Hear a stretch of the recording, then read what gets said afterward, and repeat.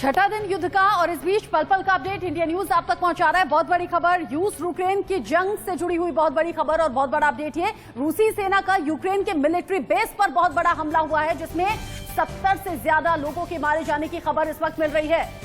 रूसी सेना का ये एक बड़ा ऑपरेशन है और मारे गए 70 से ज्यादा यूक्रेनी सैनिक, ये दावा लगातार किया जा रहा है। ये एक बड़ा दावा है कि 70 सेना के जवान मारे गए हैं। रूस की सेना लगातार कीव पर बमबारी कर रही है, मिसाइल अटैक कर रही है। खार्किव में भी रूस यूक्रेन के बीच जबरदस्त संघर्ष चल रहा है। खार्किव जहां हालात सबसे ज्यादा खराब बताए जा रहे थे पिछले दिनों, और कीव की तरफ आगे बढ़ना करीब 40 मील का फासला रह गया है। और रूसी टैंक जिस तरीके से लगातार आगे बढ़ रहे हैं, क्योंकि सैटेलाइट तस्वीरें भी सामने आ रही हैं और बता रही है कि रूसी सेना एग्रेसिव है, आदेश पुतिन का है। कल ही ज़ेलेंस्की ने चिंता जाहिर की थी और बताया था कि पुतिन ने मारने का ऑर्डर दे दिया है 400 रूसी सैनिकों को। और ये एक बड़ी खबर इसलिए है क्योंकि एयरबेस पर हमला किया गया और इसमें 70 जवानों के मारे जाने के, यूक्रेन के 70 जवानों के मारे जाने की खबर है। 40 मील लंबा काफिला कीव की तरफ लगातार बढ़ रहा है। ये एक बड़ी खबर इस वक्त आ रही है यूक्रेन से।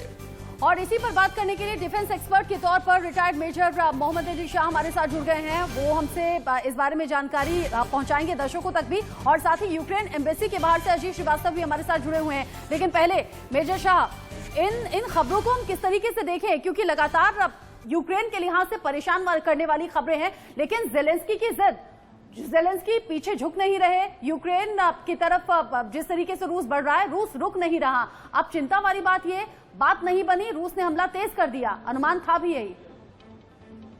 आपने बिल्कुल दुरुस्त फरमाया। देखिए, बात ये जिद की हो गई है, ईगो की हो गई है। ये बात वो ये लड़ाई वैसी लड़ाई नहीं हुई अब, पहले की लगी थी, अब ये ईगो पे है।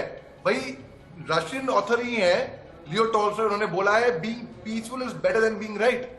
ये भगवत गीता में भी है। भगवान श्री कृष्ण ने उनको, अगर तुम्हें किसी भी कीमत पे कोई भी कीमत चुकानी हो शांति के लिए, सोचो शांति सस्ती है।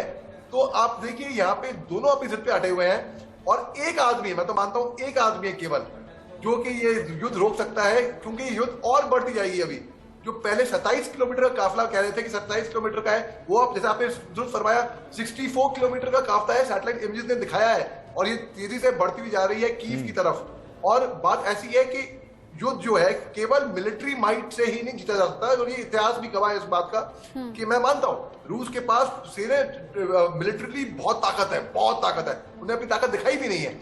लेकिन मैं मानता हूं ये बात भी कि भाई केवल मिलिट्री माइट या केवल मसल पावर नहीं, ब्रेन पावर, स्ट्रैटेजी से भी। और यूक्रेन के पास ताकत नहीं है, वो इस्तेमाल कर रहा है अपने दिमाग का, ट्राई वो उसको बेवकूफी माने कुछ लोग अकलमंदी माने। लेकिन मैं तो मेरी तरफ से मैं बोलूंगा कि बेवकूफी है कि अपने सिविलियंस को हथियार दे रहे हो, उनको बोलो जाओ लड़ो, लगाइए ना। वो सिविलियंस फिर ना वो फौजी होंगे, वो बागी बन जाएंगे, रिबेल बन जाएंगे, वो आतंकवादी उग्रवादी बन जाएंगे, वो दहशतगर्दी बन जाएंगे फिर। और क्या मुकाबला है एक AK-47 का एक टैंक के मुकाबले। बिल्कुल मेजर अली, हम आपके पास आएंगे। आपने जो एक बात यहाँ पर